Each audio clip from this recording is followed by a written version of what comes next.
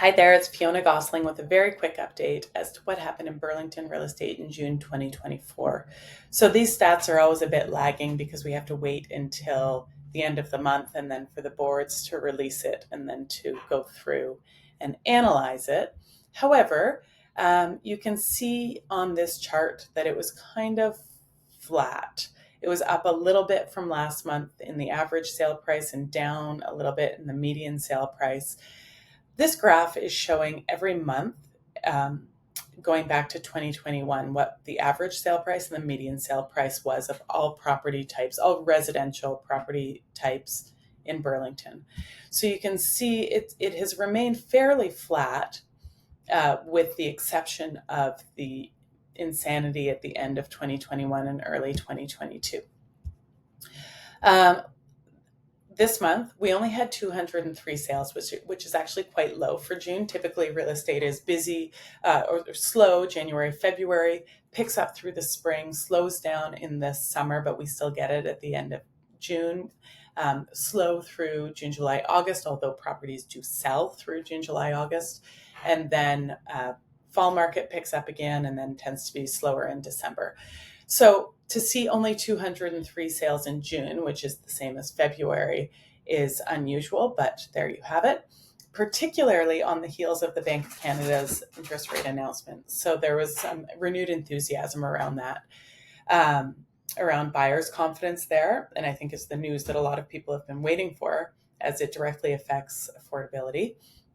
There were 632 units on the market in June, which is a lot. So that is the most we've seen all year, and actually the most we've seen in years when you come down here and look at what the number of units available all through 2023 were.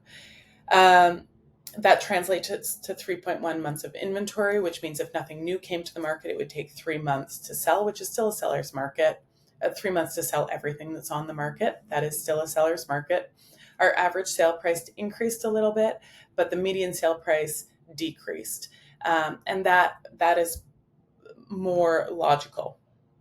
So remember, the average sale price is taking everything and dividing it by the number of sales, and the median is the number in the middle. So it does make sense that with more inventory, more to choose from, and fewer sales, that would have a downward effect on pricing, not the upward effect that the average sale price did. But with so few actual sales, a few really big sales can skew that.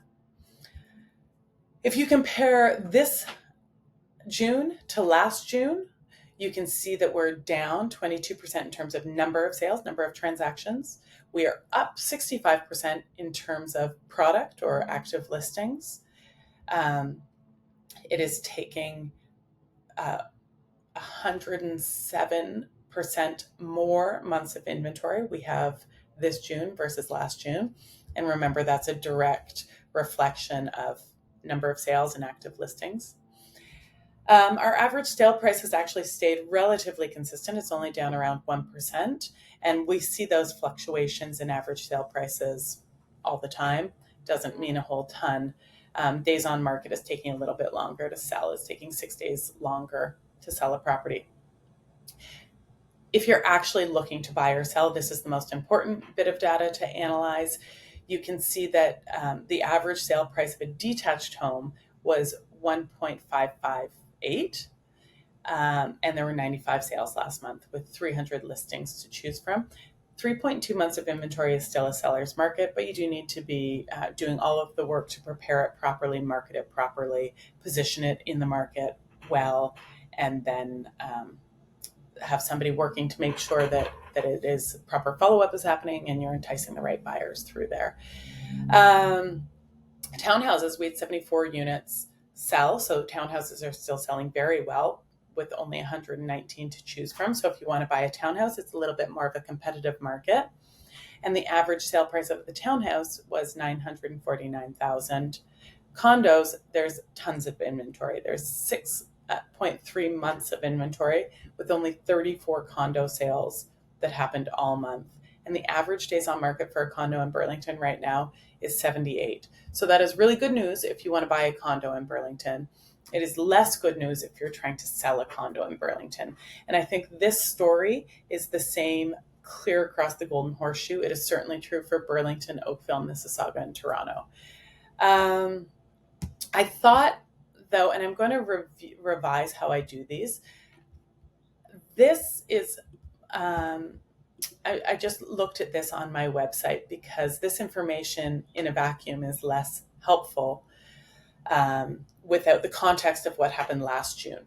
So you can see this month, our average detached was 1,558, townhouse 949,000, and condo was 537,000. Last month, our average detached was 1,416. So our average sale price for a detached home has increased quite a bit. And the average price of a townhome has come down, and the average price of a condo has come way down. Keep in mind, averages with so few sales are very skewed.